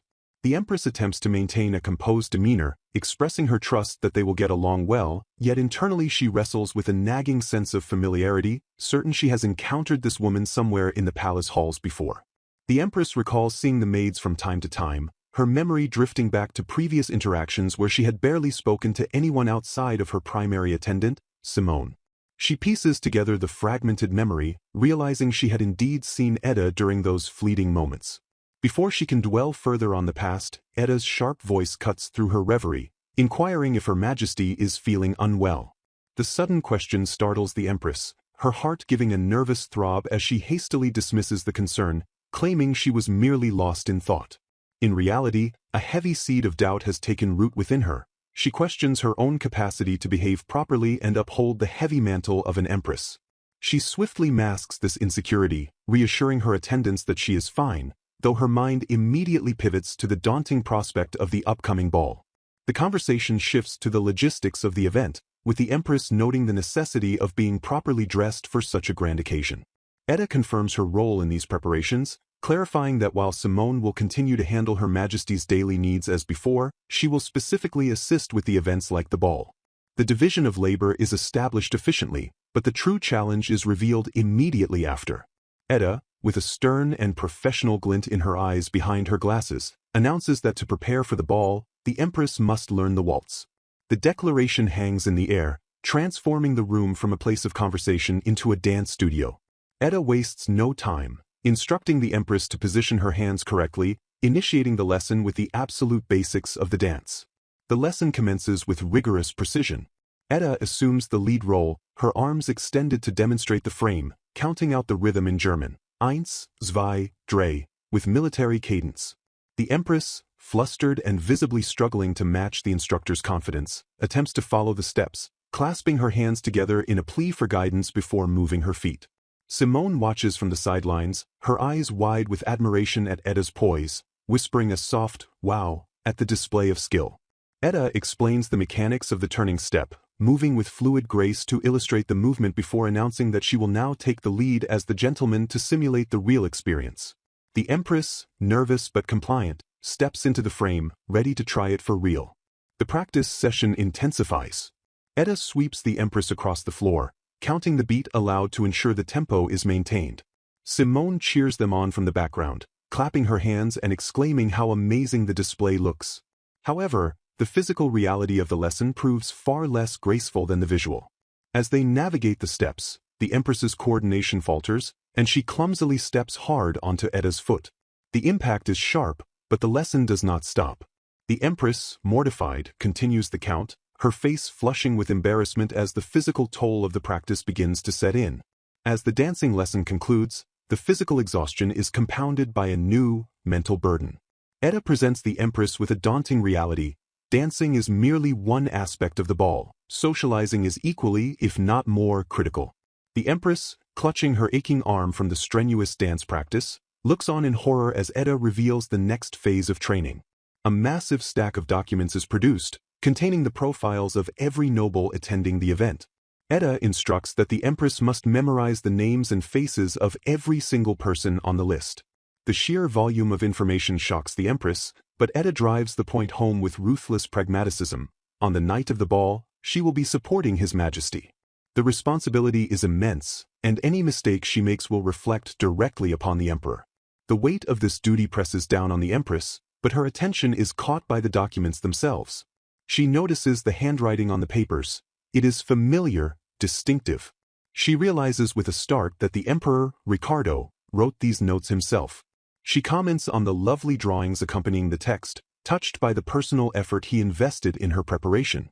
The realization that he remembers so many people and took the time to create this study guide for her fills her with a sense of awe and renewed determination. Motivated by his dedication, she vows to do her best to memorize them as well, turning the intimidating task into a shared effort. Later, the scene returns to the practice floor, the air filled with the repetitive chant of 1, 2, 3, as the Empress continues her solitary practice into the night. The solitude is broken by the creaking of the large double doors. The Empress freezes mid-count as His Majesty, Ricardo, enters the room unexpectedly. He is there to check on her progress, inquiring with his staff if she will be ready in time for the ball. Edda, ever the professional, assures him that at the current pace, there should be no issue. The Empress, however, is flustered, having not expected him to visit the training sessions personally. Ricardo acknowledges the report with a simple nod, but then escalates the situation. He decides he wants to see their progress immediately, right then and there. Before the Empress can protest or prepare herself, he steps forward, extending his hand to her in an invitation to dance. The gesture is sudden, commanding, yet intimate. He pulls her into his frame, his hand securing her waist while the other clasps her hand, the contact sending a jolt of surprise through her. She stammers, unsure if she is ready or allowed to do this with him so informally, but he cuts through her hesitation with a simple, "let's go," leading her onto the floor. The difference is instantaneous. As they begin to move, the Empress is struck by how easy it is to dance with him compared to her practice sessions. He leads her with a gentle strength that removes her anxiety, guiding her steps effortlessly. The room seems to brighten, imaginary sparkles floating in the air around them as they glide in perfect harmony. The maids, Simone and Etta, watch from the side, entranced by the beautiful picture the royal couple creates. Ricardo compliments her, noting that her dancing seems fine, his voice calm and reassuring.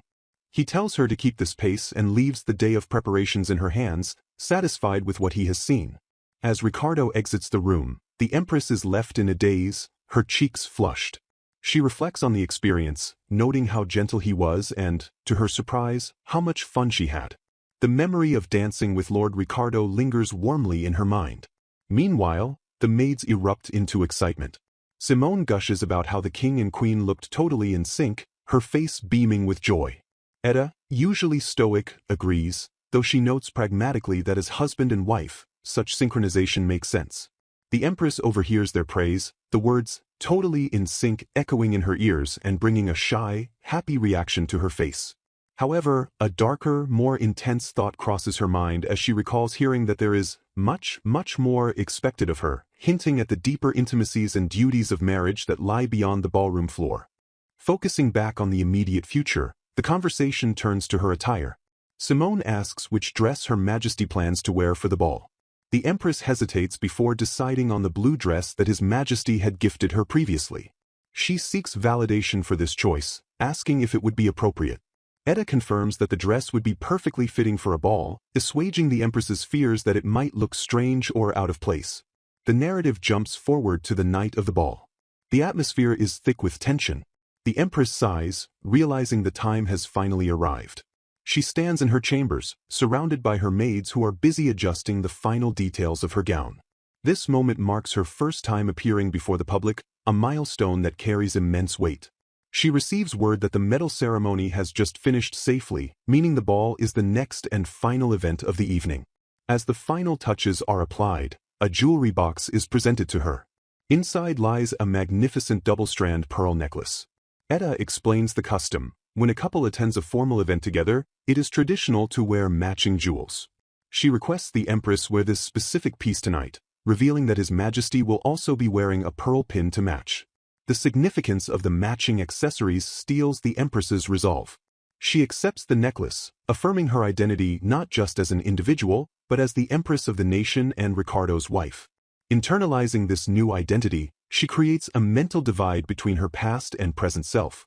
She acknowledges that before this, all she ever did was hide away in her room. But that era is over. To fulfill her role and honor the matching jewels she now wears, she determines to make tonight's ball a success. She vows to become an empress who shames no one, casting aside her former reclusive shadow to step into the light. The scene transitions to the grand entrance. The ballroom is resplendent, lit by massive, intricate chandeliers that cast a golden glow over the gathered nobility. The Empress steps out, transformed. She wears the blue dress, now fully accessorized with the pearls and a floral corsage, her hair elegantly styled. The visual impact is immediate, the crowd falls silent or murmurs in awe, with audible gasps of wow rippling through the onlookers. She descends the stairs with a newfound grace, the result of her grueling practice. Waiting for her at the bottom of the staircase is Ricardo. He is dressed in his full formal military-style regalia, complete with the pearl pin. He looks up at her, and for a moment, he is struck silent, his expression softening into one of genuine admiration as he gazes at his wife. The Empress reaches him, slightly breathless, and attempts to initiate the formal protocols she learned. She remembers the instruction, married couples take each other's hands. Ricardo, recovering from his momentary trance at her beauty, steps forward. He takes her hand and bows his head, pressing a reverent kiss to her knuckles in a gesture of supreme chivalry and affection. The intimacy of the act flusters the Empress. Her heart pounds in her chest and she stammers, overwhelmed by the public display and his nearness. But she quickly checks herself, reminding herself that this is no time to panic. She rationalizes the action as the ball's formal greeting, using the structure of etiquette to ground her racing emotions. She forces herself to focus, to return the professionalism he is showing her. Ricardo straightens up, offering her a confident, encouraging smile. He asks, "Shall we?" extending his arm to escort her into the throng of the ballroom. With a final affirmation of yes, the Empress takes his arm. Together, they step forward, a united front of beauty and power, ready to face the nobility of the nation as the perfect ruling couple. Under the illuminating glow of crystal chandeliers, the grand doors of the imperial ballroom parted to reveal the evening's central figures. Russia, the empress hailing from Shanavan, stepped onto the marble floor, her arms securely linked with that of Emperor Ricardo. She wore an elaborate gown adorned with floral accents, yet beneath the surface of the gala's festivities, a thick atmosphere of scrutiny pressed against her. The courtiers and nobility lining the hall did not merely watch, they dissected her presence, their collective gaze weighing her worthiness to sit upon the throne. Russia felt the physical pressure of their judgment, her internal monologue betraying a spike of anxiety as she sensed them sizing her up. Sensing the tremor of hesitation in his bride, Ricardo leaned in, his voice cutting through the ambient noise to reach her.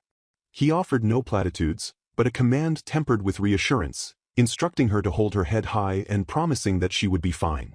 The emperor's steady strength acted as a fulcrum for Russia's confidence. Emboldened by his support, she straightened her posture, accepting his guidance not just as a formality, but as a lifeline. As the couple processed further into the room, the whispers of the aristocracy shifted in tone.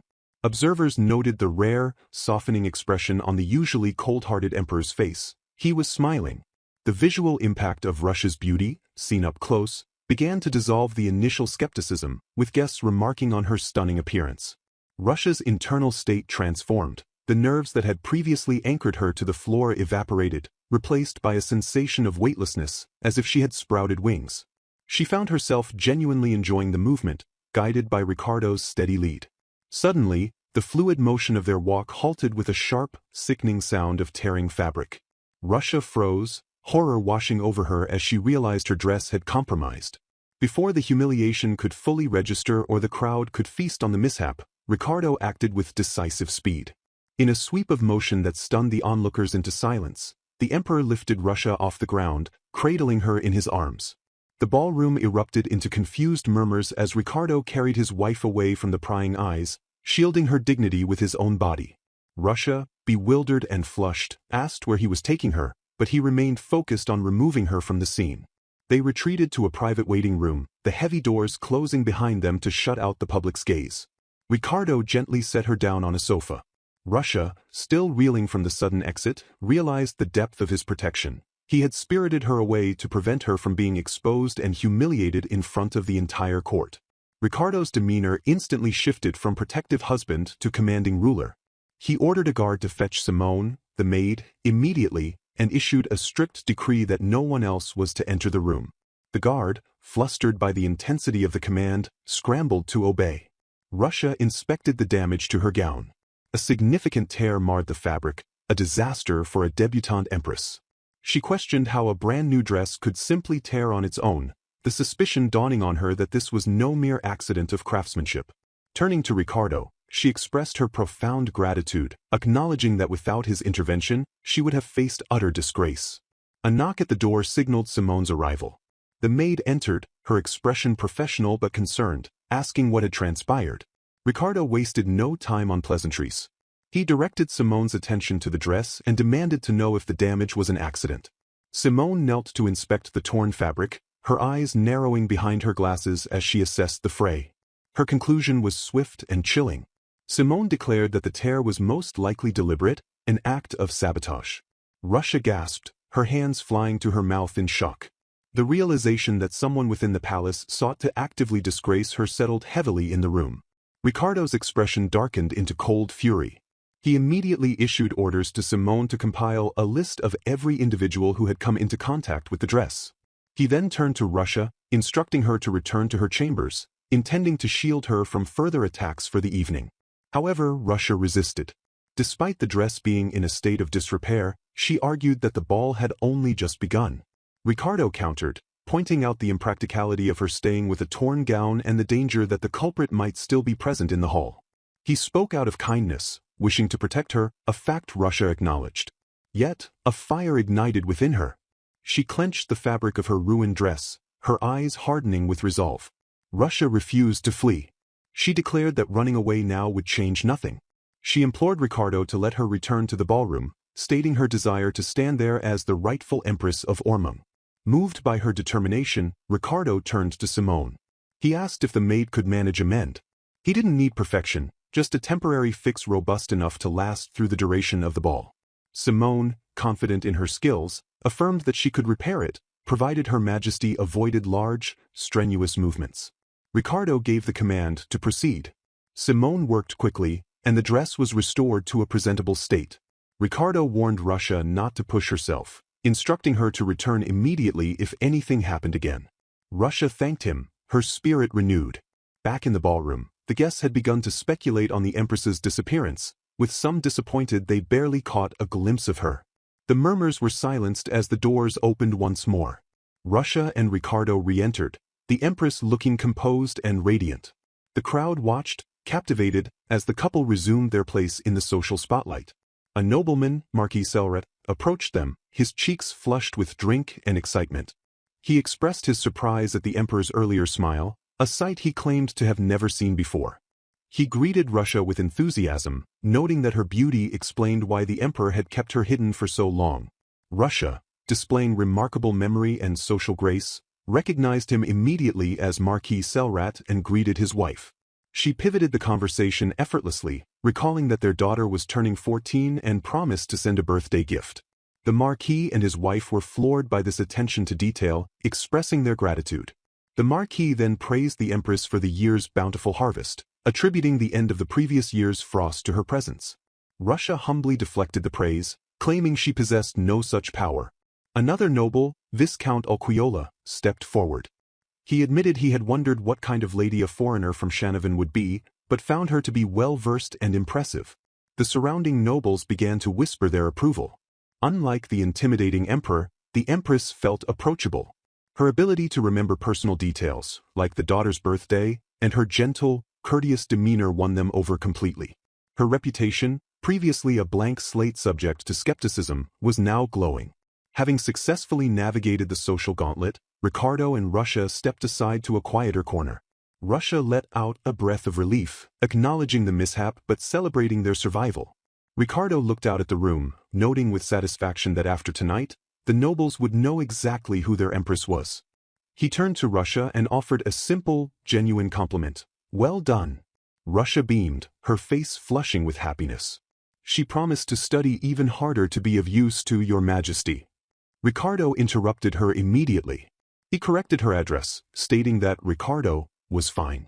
Russia stammered, citing her training that forbade speaking the Majesty's name aloud. Ricardo disregarded the protocol. He took her hand, lifting it gently.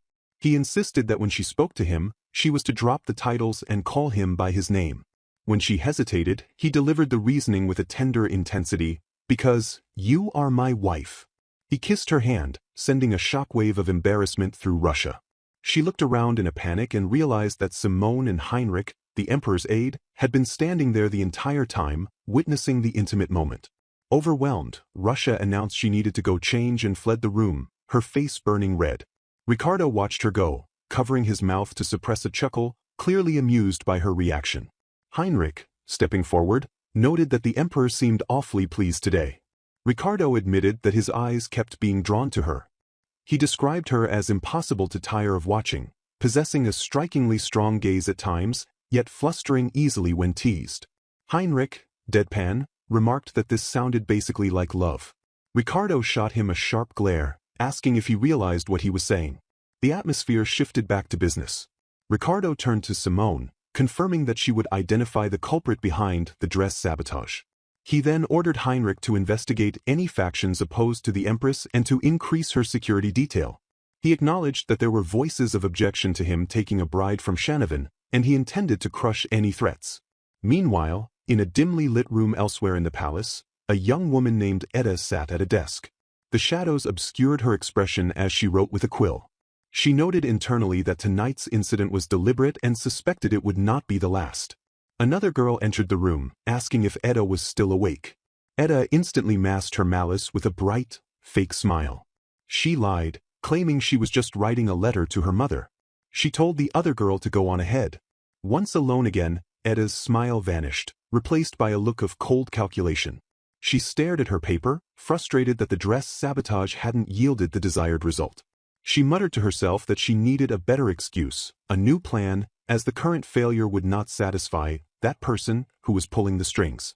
the tense, silent atmosphere of the imperial wardrobe, where a malicious act of sabotage has been uncovered. Simone, the bespectacled and fastidious head lady-in-waiting, stands amidst the finery, her sharp mind reconstructing the timeline of the crime. She recalls checking the garment the day prior and finding nothing amiss, yet now she confronts the reality that the Empress's dress has been deliberately snipped. The sabotage was executed with calculated cruelty, designed not to be immediately obvious, but to cause the fabric to rip catastrophically during the movement of a dance. Simone analyzes the logistics of the crime, concluding that the culprit must reside among the specific group of staff members permitted to handle the royal attire.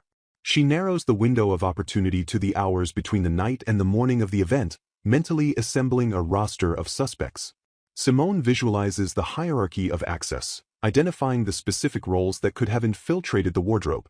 Her mental list includes the ladies-in-waiting, the wardrobe master, the master's assistant, the dressmaker, the page, and the lingerie attendant. However, she acknowledges a complication in her investigation. It is highly probable that others beyond this list knew the location of the key. Resigned to the arduous task ahead, Simone resolves to interrogate every potential suspect individually, opening the door to the corridor to begin her inquisition.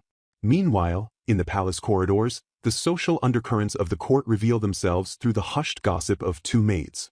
They discuss the Empress, noting that she has begun to undertake her duties personally since her arrival. One maid remarks on the Empress's diligent study habits but disparages her as unbelievably ignorant for a princess. The conversation delves into the Empress's past in Shanavan, recounting how she had been confined to a cell for years due to her lineage as the late king's daughter. The maids struggle to reconcile her background with her current status, questioning the rank of an earl's house, before one maid admits she cannot fully read the Empress's intentions. Their gossip shifts to their immediate grievances regarding Simone. One maid complains to the other about being scolded again by the stiff, head lady-in-waiting.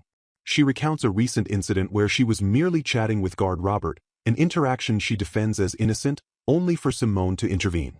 The flashback within the conversation depicts Simone appearing behind the flirting pair with a terrifying aura, shutting down their interaction instantly. Simone had coldly instructed the maid that if she had time to chatter, she should finish her work, a reprimand the maid mimics mockingly.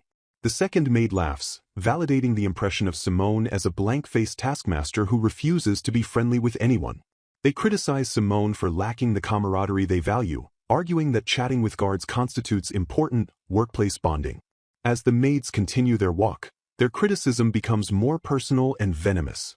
They dismiss Simone as a stick in the mud with zero charm, cruelly speculating that her personality is the reason she remains unmarried at her age. They turn a corner, intending to avoid the area where Simone might be, but they freeze in their tracks.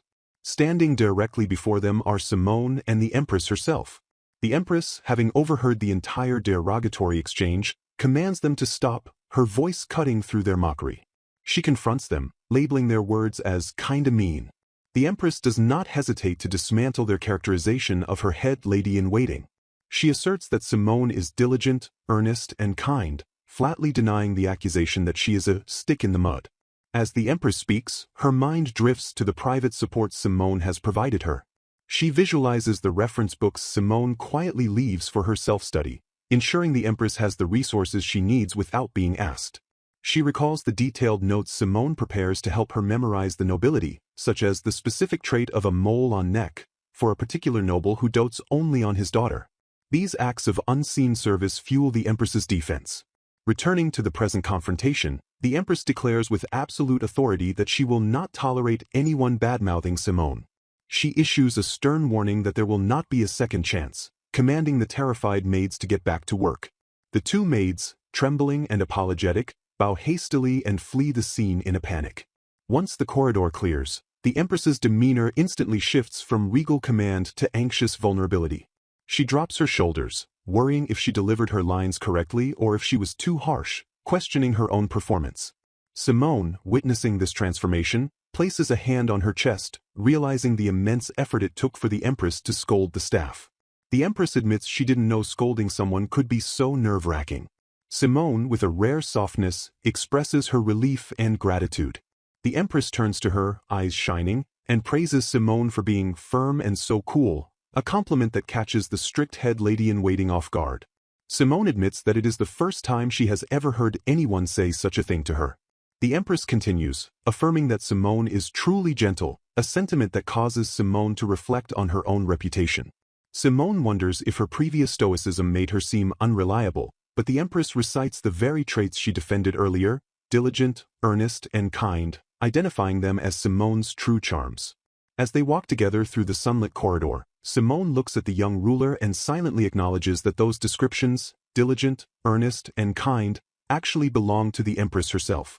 However, the heartwarming moment is observed by a hidden threat. From the shadows, the maid who is the true culprit watches them, her expression darkening. She analyzes the Empress, realizing that while she looks quiet, she possesses the will to bite back when necessary. This realization brings a wave of anxiety to the spy. She worries about the consequences if her tampering with the dress is discovered and how this newfound backbone of the Empress might manifest in retaliation. The spy quickly calculates her defensive strategy. She reassures herself that she has established an alibi, having friends prepared to swear she was with them at the time of the sabotage.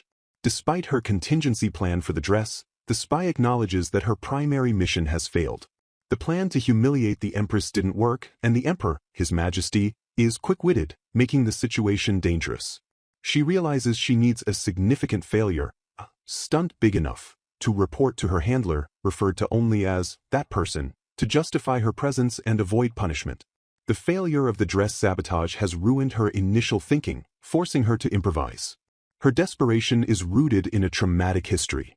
A flashback consumes the spy's mind, transporting her to a dark room years ago. A silhouette of a noblewoman towers over her, inflicting physical pain.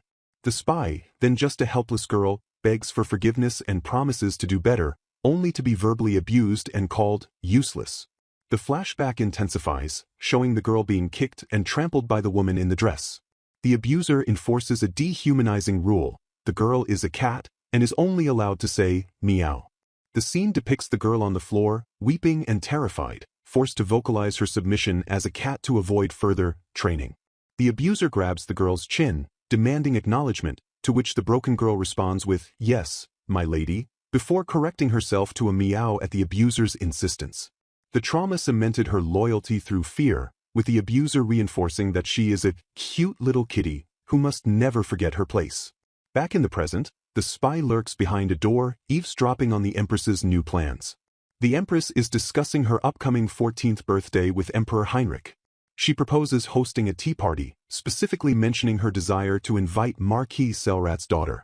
Her goal is political and social. She wishes to deepen ties with the ladies of the court, using the birthday celebration as a strategic occasion.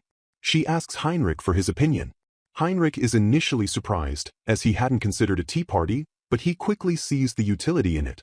He recognizes it as a perfect opportunity for the Empress to win over the hearts of the noble ladies, a task of soft power that he, as the Emperor, cannot easily perform himself. He enthusiastically supports the idea, calling it great. He frames their partnership in metaphorical terms. If he is the steel that rules the empire, she is the silk. He sees her role as steering the nobles from the inside, complementing his external strength and benefiting the empire as a whole. He gives her his full blessing to proceed as she wishes. The Empress adds another layer to her plan. She wants to prepare birthday gifts, not just for the Selrat girl, but for other attendees who have had recent birthdays.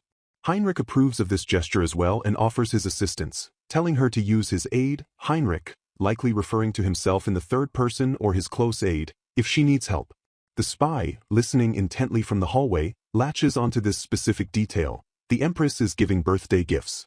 As the Empress thanks Heinrich inside the room, the spy's expression shifts into a sinister, predatory smile. She constructs a new sabotage plan based on the information she just gathered. She imagines the carefully prepared gifts, which are intended to build bridges and show the Empress's grace, arriving at the party torn to shreds. She calculates the impact of such a disaster. It would ruin everything, destroying the Empress's credibility and the social atmosphere of the event. Satisfied with this malicious concept, the spy decides this destruction will be the something worth reporting to her handler. She walks away, resolving to execute this plan to prove her worth to that person. The opulent confines of the palace, where Empress Russia is in the midst of energetic preparations for a pivotal social engagement. She declares that it is time to prep for the tea party, her demeanor radiating a mix of determination and anxiety. Standing before a mirror, she reflects on the significance of the upcoming event, noting that Lord Ricardo has granted her permission to host it. Russia views this not merely as a leisure activity but as a strategic maneuver to build real ties with society. She is acutely aware of the precarious political landscape surrounding her, expressing a desire to finally learn who stands against her and who is on her side. The planning session turns to the logistics of etiquette and generosity. Russia asks her attendants if gifts are necessary for a tea party. Her staff confirms that while the main focus is the birthday of the Cell-Rat Marquis's daughter, presenting gifts is correct protocol. Russia, ever the benevolent ruler, decides she wants to prepare gifts for the other guests as well so the situation won't feel unfair. However, a moment of vulnerability surfaces as she struggles to decide what those presents should be. Seeking inspiration, Russia turns to her trusted head lady-in-waiting, Simone. Russia confesses her ignorance regarding the preferences of normal people, attributing this gap in her knowledge to having spent her life confined in a cell. She asks Simone directly what she would want. Simone, maintaining her characteristic practicality and stoicism, adjusts her glasses and replies that she doesn't need anything in particular. However, when pressed, Simone concedes that if she must choose, she desires sturdy glasses that won't break even if stepped on. Russia, perhaps misunderstanding the pragmatism or simply getting carried away, enthusiastically notes down unbreakable glasses and a scythe, specifically a really sharp grass scythe, leaving Simone to awkwardly accept the eccentric interpretation. The conversation shifts back to the young noblewomen. The spy maid, feigning helpfulness, suggests that for age 14, the guests would likely appreciate flowers, perfume, hankies, or accessories. Russia rejects these suggestions, fearing that if she leaves the choice to others, they will end up with something wild. She asserts her authority, stating she will handle the selection herself to ensure it isn't no good. A new idea strikes her: gloves. Russia proposes white gloves. The spy maid immediately validates this choice, noting that wearing gloves gifted by the Empress would be the peak honor and the pinnacle of noblewomen. She explains the cultural significance, describing the débutante as the ball where young ladies debut in society, a dream for girls turning 14. Russia solidifies the plan: white gloves for the Marquis's daughter, and lace gloves for those who have already debuted. The spy maid praises the idea as perfect, agreeing that gloves are a lady's staple. Russia thanks the maid for her input, expressing relief and happiness at her assistance. As the planning concludes, the conversation drifts to personal histories. Russia asks the maid, addressed as Edda, how her own debutante was. The maid hesitates, her mind drifting to her own past. The dialogue then focuses on Simone's background. It is revealed that although Simone is referred to as Count Balch's daughter, she is an adopted child and not a daughter by blood. The maid recalls Simone telling her this when they first met.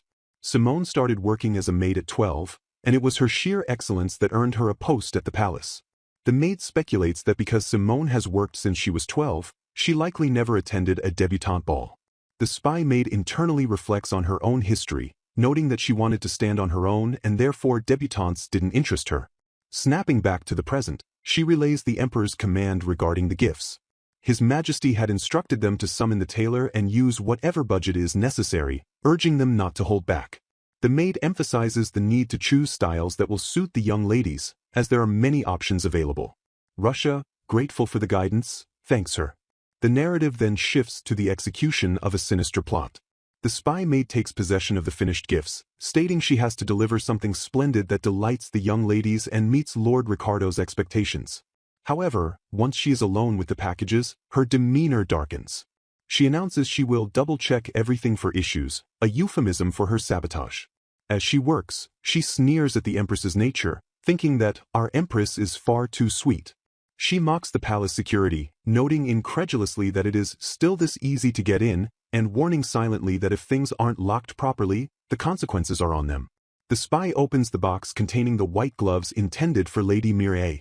With cold precision, she details her method, stitching a needle into the base of the thumb.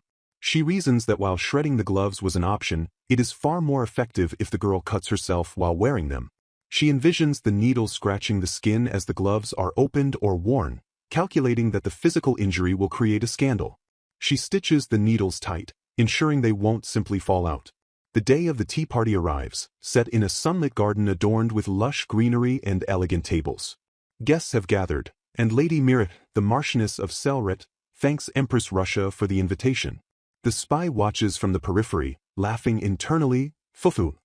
She eagerly anticipates the moment when the Selrat family loses trust in the Empress, noting that person, her handler, will be thrilled by the failure. Russia welcomes everyone, urging them to relax and enjoy themselves. Lady Mirit is visibly excited, perhaps a bit too much, as another guest apologizes for her manners. Mirit admits she has been looking forward to this event. Suddenly, a wave of shock ripples through the guests as Lord Ricardo makes an unexpected entrance. The noblewomen are struck by his appearance, whispering about how handsome he is. They describe him as chocolate, sweet, yet possessing a terrifying aura. The ladies swoon, calling him ridiculously cool, though one jokes that staring might get her killed. The focus returns to the birthday celebration. A guest mentions hearing there would be gifts today. Russia steps forward with the box, presenting it to Lady Mirit and wishing her a happy 14th birthday. She announces that these are debutante gloves. The spy, watching intently, mentally cheers, "Here we go," urging the disaster to unfold. She steps in, encouraging Mirit to try them on immediately. Mirit opens the box and slides her hands into the pristine white gloves. The spy waits for the scream, for the blood. Instead, Miria's face lights up with pure joy. She exclaims, "Wow! They're so beautiful." She marvels at the texture, crying out, "So smooth! They shine like light." Russia breathes a sigh of relief, glad that Mirit likes them. Mirit vows to treasure them forever, calling them truly gorgeous. Russia compliments her, saying they suit her. The spy stands frozen, her mind racing in confusion. She is certain she stitched the needles tightly into that specific spot. She stares at the gloves on Miria's hands, bewildered as to how the girl is totally fine. Suddenly, she notices a detail she hadn't seen before: embroidery on the gloves. She questions if that was always there.